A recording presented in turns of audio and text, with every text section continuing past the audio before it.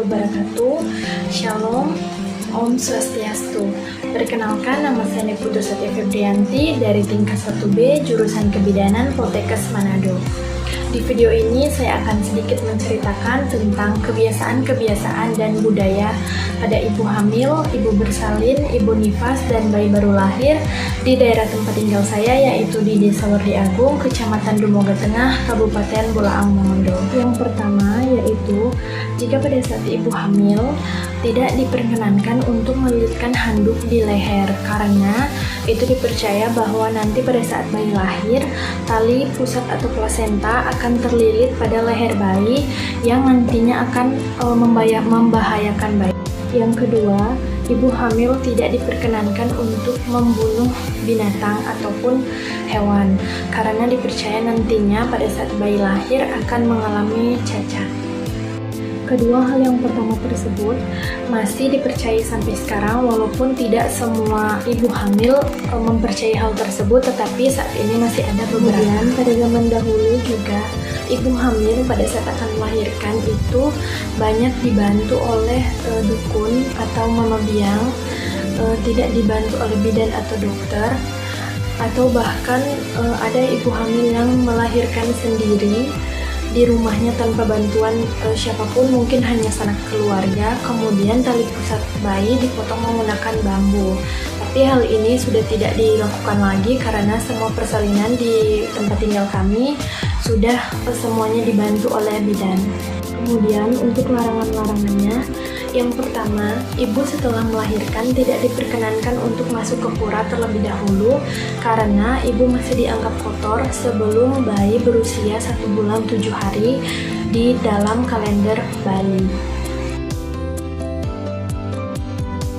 Yang kedua, jika bayi baru datang dari tempat melahirkan atau dari manapun sebelum berusia 1 bulan 7 hari atau 3 bulan, bayi harus disambut dengan sajen di depan rumah, karena jika itu tidak dilakukan maka dipercaya bayi akan diganggu oleh yang disebut dengan buta kala atau makhluk gaib.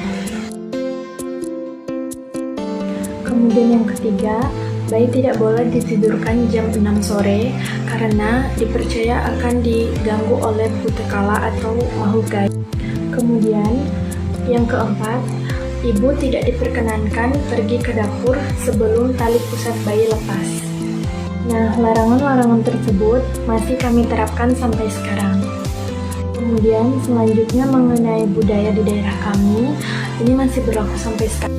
Yang pertama, saat selesai persalinan, ibu dan ayah akan dibuatkan sajen sebagai bentuk penyucian diri dan kemudian melakukan persembahyangan.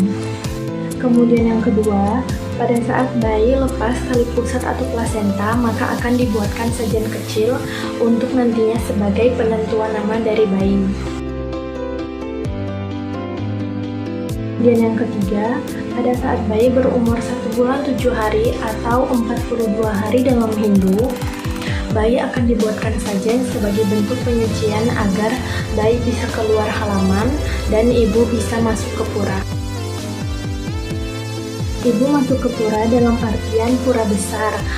Jika hanya pura yang berada di depan halaman rumah, ibu bisa memasukinya pada saat sebelum bayi dilaksanakan acara 1 bulan 7 hari.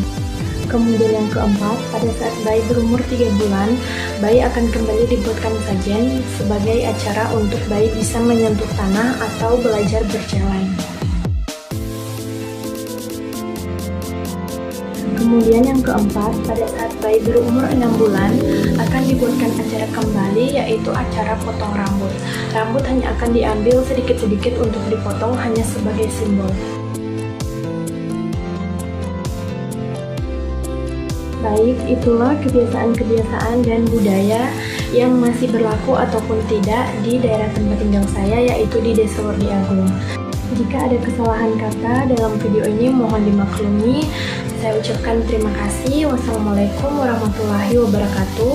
Om Santi Santi Santi Om. Shalom.